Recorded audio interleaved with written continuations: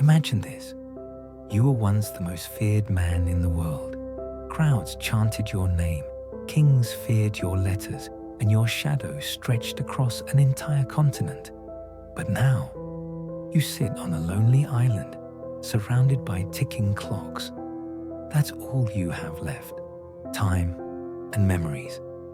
This isn't a story about war. This is a quiet story about the final days of an emperor, Napoleon Bonaparte, the man who collected clocks while waiting for history to forget him. Pause. Soft ticking sounds. Get cozy. Tonight, we're traveling to Saint Helena, where the great emperor faced the only enemy he couldn't defeat, time itself. So, where do powerful emperors go when they lose everything? Some go to prison, some get executed, but Napoleon Bonaparte, he got sent to an island, far away, like really far. Welcome to Saint Helena, a tiny speck in the South Atlantic Ocean. No fancy castles, no armies, no French wine, just rocks, clouds, and British guards. Napoleon arrived here in 1815 after losing the Battle of Waterloo. And let me tell you, he was not happy about this vacation. He called the place a grave in the middle of the sea. Not wrong. The island was all fog, wind, and goats. Lots of goats. The house they gave him? Old, damp, smelled weird. He immediately started remodeling it because if you're going to be sad and exiled, at least be sad in style, right? Now, here's where it gets interesting. Napoleon started collecting clocks, like a lot of them.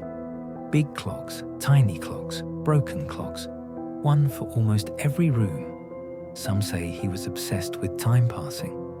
Others say he just liked the ticking sounds, like a background beat to his lonely playlist. Imagine that. A man who once raced across Europe with armies, now watching seconds pass, one tick at a time. But even stuck on this island, Napoleon kept a little swagger. He walked like a king. He gave dramatic speeches to nobody, and he still wore his hat like he owned the place. Because deep down, he was still Napoleon, just one who now had more clocks than friends. So now, Napoleon is stuck on this rocky island in the middle of nowhere. But guess what? He's not alone. He brought his squad with him. A few loyal friends, a cook, a valet, and even a doctor, like a small royal group chat in the real life. This group stayed at Longwood House, which looked like a haunted farmhouse. Leaky roof, creaky floors, cold rooms. Not really emperor style, but hey, he made it work. Napoleon still acted like he was in charge of a whole empire. He gave orders, planned fake military strategies, even reviewed old battle maps like, maybe if I had turned left at Austria. And those clocks? Yeah, by now his house was ticking like a watch store. He'd reset them often. Some say he even argued with the clocks when they didn't agree with him. You're 5 minutes fast, General Tick-Tock. He took long walks in the garden, hands behind his back, thinking deeply, not about escaping, but about his past, his victories, his losses, the people who betrayed him. At night, he read books, history, politics, even romance novels. Yes, really. Sometimes he'd just stare out the window. Not much to see. Maybe a bird, a guard, or a goat doing something dumb. But deep inside, Napoleon never fully accepted he was defeated. Even in exile, he believed, one day, the world might need me again. And while the world moved on, Napoleon kept living in the echoes of his glory, and the ticking never stopped. Life on Saint Helena wasn't just boring, it was annoying. Napoleon didn't only lose his empire, he also lost the freedom to eat his eggs the way he liked. Let me explain. The British governor of the island, Sir Hudson Lowe, was basically Napoleon's jailer. And wow, they hated each other. Hudson was strict, serious, and followed the rules like a robot. Napoleon, total opposite, dramatic, emotional, and stubborn, like a goat with a crown. Napoleon called him the devil in uniform. Hudson called him the general, never emperor. Petty? Oh yes. Hudson set strict rules. No letters without permission, no visitors unless approved, and daily checks to make sure Napoleon hadn't disappeared into the sea or something. Napoleon, on the other hand, played mind games. He ignored Hudson, refused to speak English, even pretended to be sicker than he was, mostly just to mess with the British and maybe skip the veggie soup. And let's not forget the weather. Saint Helena was like a sad mixtape of fog, drizzle, and endless mud. Napoleon's garden turned into a swamp. His clothes were always damp. Even his boots gave up. Meals, simple and repetitive. Stale bread, bland eggs, boring stew. Napoleon once said, "My cook must be working for the British." But even through the gloom, Napoleon wrote letters to his son, to old friends, to Europe. Just in case the world remembered him, his body was stuck on an island, but his mind still marching through.